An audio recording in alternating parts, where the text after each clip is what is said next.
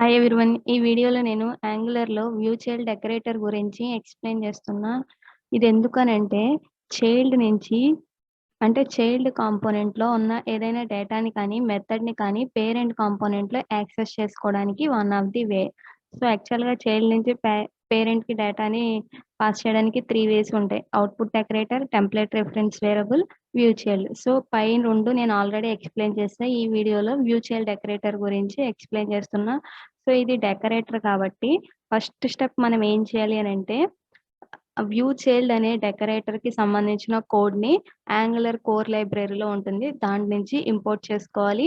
ఎక్కడ ఇంపోర్ట్ చేసుకోవాలి? పేరెంట్ యొక్క టైప్ స్క్రిప్ట్ ఫైల్‌లో. పేరెంట్ కాంపోనెంట్‌లోనే కదా మనం చైల్డ్‌ని యూజ్ చేసుకోవాలని అనుకుంటున్నాం. కాబట్టి మనం పేరెంట్ కాంపోనెంట్ యొక్క టైప్ స్క్రిప్ట్ ఫైల్‌లో ఫస్ట్ చేయాల్సింది ఏంటి అనంటే వ్యూ చైల్డ్ అనే డెకరేటర్‌ని ఇంపోర్ట్ చేసుకుంటాం. నెక్స్ట్ ఒక పేరెంట్ కాంపోనెంట్‌లో మనం ఎన్ని చైల్డ్ కాంపోనెంట్ సెలెక్టర్స్‌నైనా యూజ్ చేయొచ్చు కదా! సో, ఇప్పుడు మనం ఏ చైల్డ్ యొక్క డేటాని మనం యూజ్ చేయాలని అనుకుంటున్నామో, ఆ చైల్డ్ కాంపోనెంట్ క్లాస్‌ని మనం ఇంపోర్ట్ చేసుకోవాలి.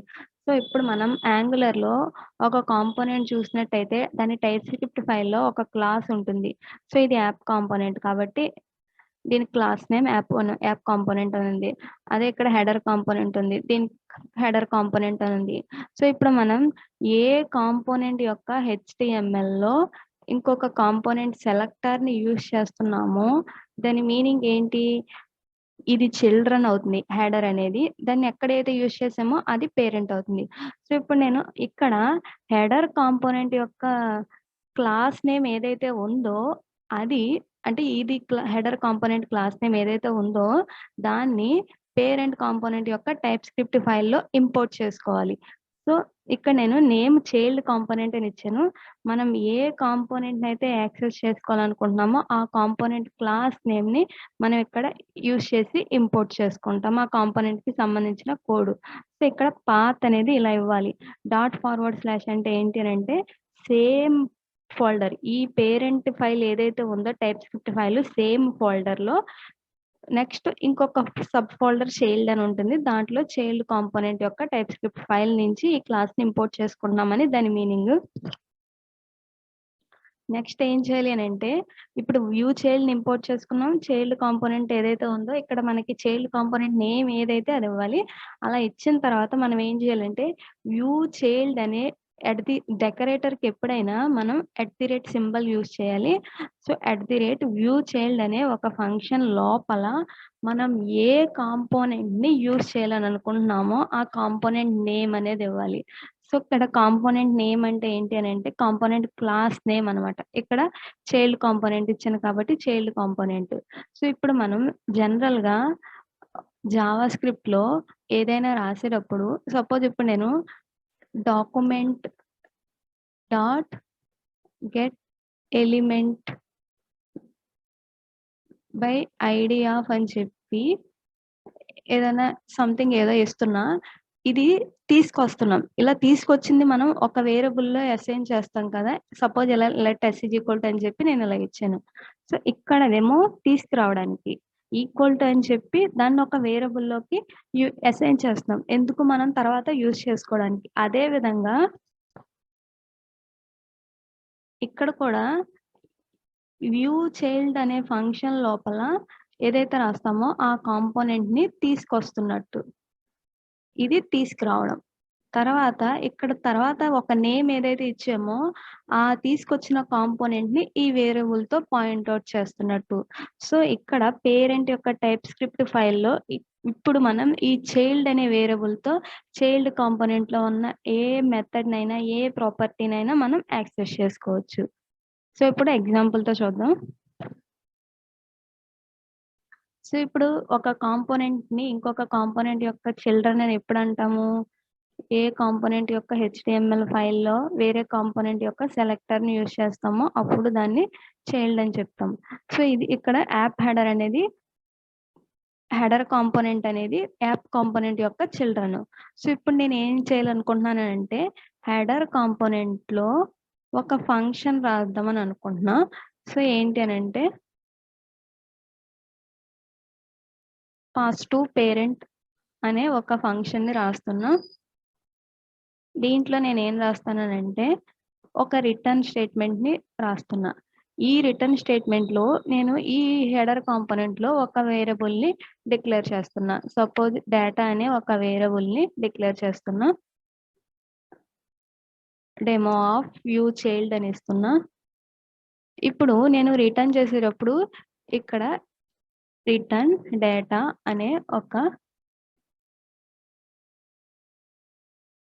స్టేట్మెంట్ రాసా. రిటర్న్ దిస్ డాట్ డేటా అని. ఇప్పుడు మనం ఈ ఫంక్షన్ ఏదైతే ఉందో దీన్ని నేను ఈ కాంపోనెంట్‌లో కాల్ చేయట్లేదు. అంటే ఈ కాంపోనెంట్ యొక్క టైప్ స్క్రిప్ట్ ఫైల్‌లోనే కాల్ చేయట్లే, హెచ్‌టీఎంఎల్‌లోనూ కాల్ చేయట్లే. జనరల్‌గా మనం ఈ కాంపోనెంట్‌లో ఒక ఫంక్షన్ ఉందంటే ఎక్కడ కాల్ చేయగలుగుతామంటే ఈ కాంపోనెంట్ యొక్క టైప్ స్క్రిప్ట్ ఫైల్‌లో కానీ, హెచ్‌టీఎంఎల్‌లో కానీ.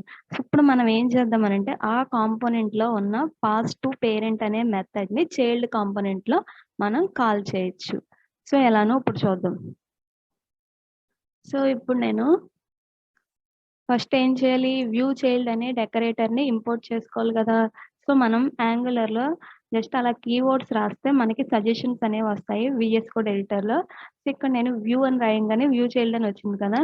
సో, ఇప్పుడు మనకి వ్యూ చైల్డ్ డెకరేటర్ కావాలి అనంటే అక్కడ అలా అయినా రాయొచ్చు. లేకపోతే డైరెక్ట్‌గా నేనిక్కడ వ్యూ చైల్డ్ అని రాయంగానే పైన ఆటోమేటిక్‌గా ఇక్కడ ఇంపోర్ట్ అయ్యి వచ్చేస్తుందనమాట. ఇంపోర్ట్ స్టేట్మెంట్ ఆటోమేటిక్‌గా వచ్చేస్తుంది. ఇక్కడ నేను @వ్యూ చైల్డ్ రాయంగానే మనకి పైన అది వచ్చేస్తుంది. సో, ఇప్పుడు ఇక్కడ ఇంపోర్ట్ కాంపోనెంట్ ఉంది. ఎప్పుడైతే నేనిక్కడ @వ్యూ చైల్డ్ అని రాస్తానో మనకి ఆటోమేటిక్‌గా కామా వచ్చి తర్వాత వ్యూ చైల్డ్ అని వచ్చింది. సో, ఇప్పుడు మనం ఏ చిల్డ్రన్‌ని వ్యూ చేయాలి పేరెంట్‌లో ఆ కాంపోనెంట్ నేమ్ అనేది దీనికి పారామీటర్‌లో ఇవ్వాలన్నమాట. ఈ డెకరేటర్ యొక్క ఫంక్షన్ పారామీటర్‌లో. సో, ఇప్పుడు మనం చైల్డ్ కాంపోనెంట్ ఇక్కడ మనం ఏదనుకుంటున్నాము? దీంట్లో హెడర్ కాంపోనెంట్ ఇచ్చాం కాబట్టి సెలెక్టరు. సో, ఆ హెడర్ కాంపోనెంట్‌ని మనం ఇంపోర్ట్ చేసుకోవాలి.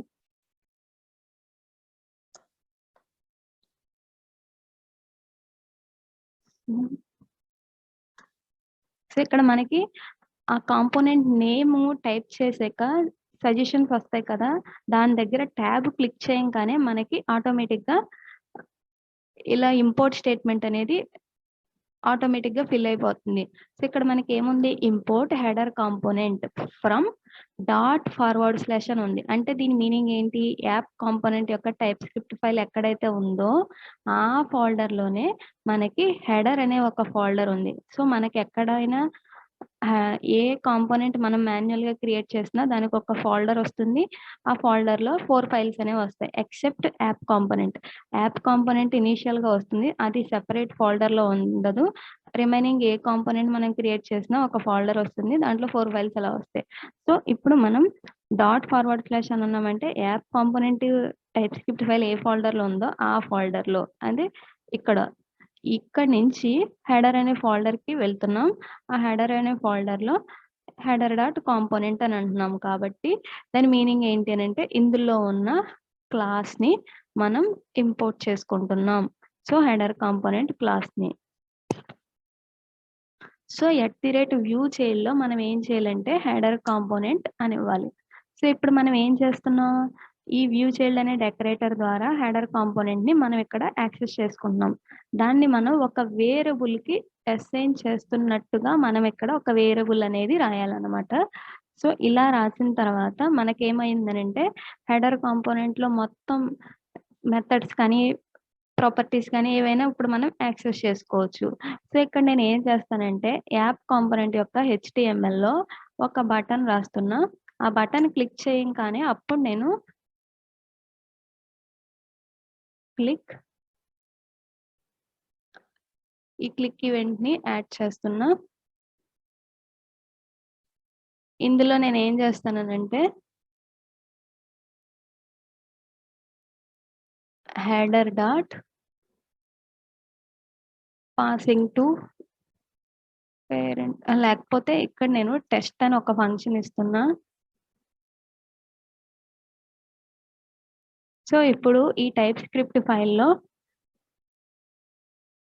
పేరెంట్ కాంపోనెంట్ ఇది. ఈ టైప్ స్క్రిప్ట్ యొక్క పేరెంట్ కాంపోనెంట్ ఫైల్ ఏదైతే ఉందో, సో దీంట్లో ఇప్పుడు నేనేం చేస్తానంటే, ఆ హెడర్ కాంపోనెంట్ యొక్క మెథడ్స్‌ని గాని, ప్రాపర్టీస్‌ని గాని మనం ఇక్కడ యాక్సెస్ చేసుకోవచ్చు. సో ఇప్పుడు హెడర్ కాంపోనెంట్ యొక్క టైప్ స్క్రిప్ట్ ఫైల్ చూసినట్టయితే దీంట్లో మనకి ఒక మెథడ్ ఉంది. పాస్ టు పేరెంట్ అని డేటా అనే వేరియబుల్ ఉంది.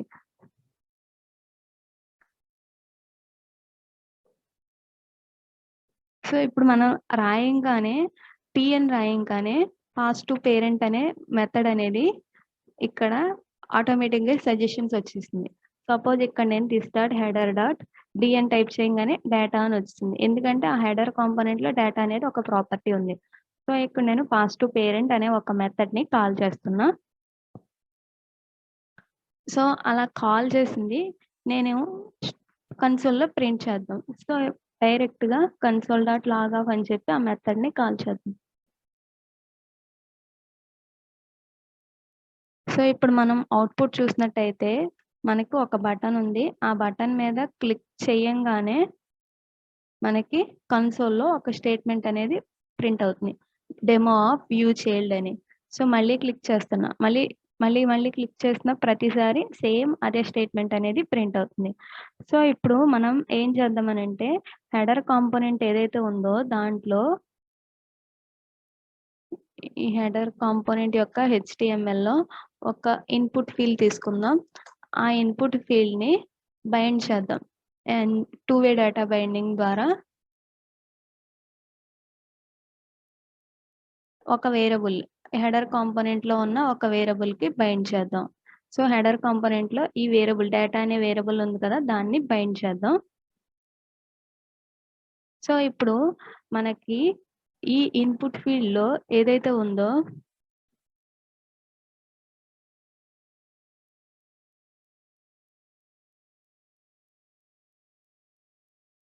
అక్కడ నేను స్క్వేర్ బ్రాకెట్ సరిగ్గా ఇవ్వలేదు. అందుకే ఎర్రర్ వచ్చింది.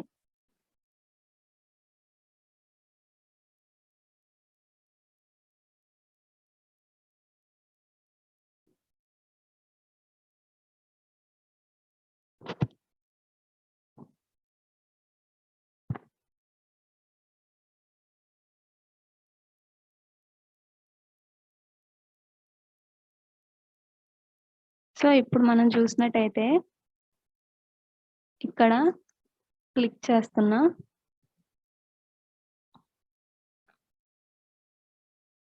కన్సోల్‌లో డెమో ఆఫ్ వ్యూ చైల్డ్ అని ప్రింట్ అయింది. అది ఎక్కడుంది అనంటే చైల్డ్ కాంపోనెంట్‌లో ఒక వేరియబుల్ డేటా అనే వేరియబుల్. దాన్ని ఇన్‌పుట్ ఫీల్డ్‌కి బైండ్ చేసాం. సో ఇప్పుడు నేను ఏదో ఒక రాండమ్ టెక్స్ట్ రాస్తున్నా.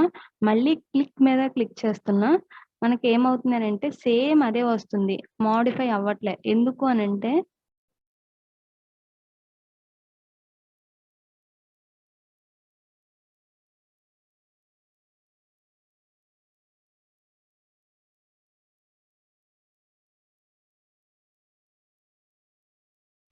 ఈ హెడర్ కాంపోనెంట్ ఏదైతే ఉందో దాంట్లో డేటా అనే వేరియబుల్‌ని ప్రింట్ చేద్దాం ఒకసారి.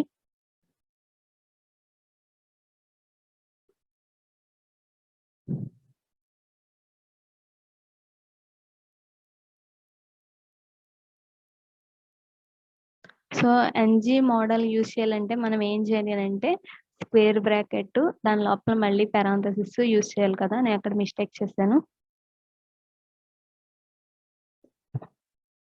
సో ఇప్పుడు చూసినట్టయితే నేనిక్కడ యాంగులర్ అని రాస్తున్నా. ఈ యాంగులర్ అనేది చైల్డ్ కాంపోనెంట్‌లో ఉన్న డేటా అనే వేరియబుల్‌ని పాయింట్ ఔట్ చేస్తుంది. సో ఎప్పుడైతే నేను క్లిక్ అనే బటన్ మీద క్లిక్ చేస్తానో అప్పుడు చైల్డ్ కాంపోనెంట్‌లో ఆ వేరియబుల్‌లో ఉన్న డేటా పేరెంట్‌లో మనం కన్సోల్‌లో ప్రింట్ చేసాం. సపోజ్ ఇప్పుడు మనం సేమ్ అదే పేరెంట్ కాంపోనెంట్‌లో కూడా మళ్ళీ ప్రింట్ చేయొచ్చు. సో ఎలా అంటే ఇక్కడ డేటా ఫ్రమ్ చైల్డ్ అని ఒక వేరియబుల్‌ని ఒక టెక్స్ట్‌ని పెడుతున్నా. సో దీంట్లో నేనేం రాస్తాననంటే ఒక డివ్ ట్యాగ్‌ని తీసుకుంటున్నా. దాని లోపల డేటా ఫ్రమ్ చైల్డ్ అని చెప్పి ఒక వేరియబుల్‌ని పెడదాం. సో ఇనీషియల్‌గా ఆ యాప్ కాంపోనెంట్ యొక్క హెచ్‌టీఎంఎల్ సో, ఈ టైప్ స్క్రిప్ట్ ఫైల్‌లో నేను కన్సోల్‌లో ప్రింట్ చేయకుండా, ఆ మెథడ్ రిటర్న్ చేసింది ఏదైతే ఉందో దాన్ని ఇక్కడ ఒక వేరియబుల్‌లో తీసుకుంటున్నా. సి డేటా అని తీసుకుంటున్నా. ఇనీషియల్‌గా దాన్ని ఎంప్టీ పెడుతున్నా. సో, ఎప్పుడైతే మనకి బటన్ క్లిక్ చేస్తామో అప్పుడు ఆ చైల్డ్‌లో ఉన్న ఆ మెథడ్‌ని కాల్ చేస్తున్నా. ఆ మెథడ్ రిటర్న్ చేసిన డేటా ఏదైతే ఉందో దాన్ని సి డేటాలో అప్డేట్ చేస్తున్నాం. సో, ఇప్పుడు మనం చూసినట్టయితే ఈ ఇన్‌పుట్ ఫీల్డ్‌లో ఏదైతే ఉందో అది నేను క్లిక్ చేయంగానే మనకి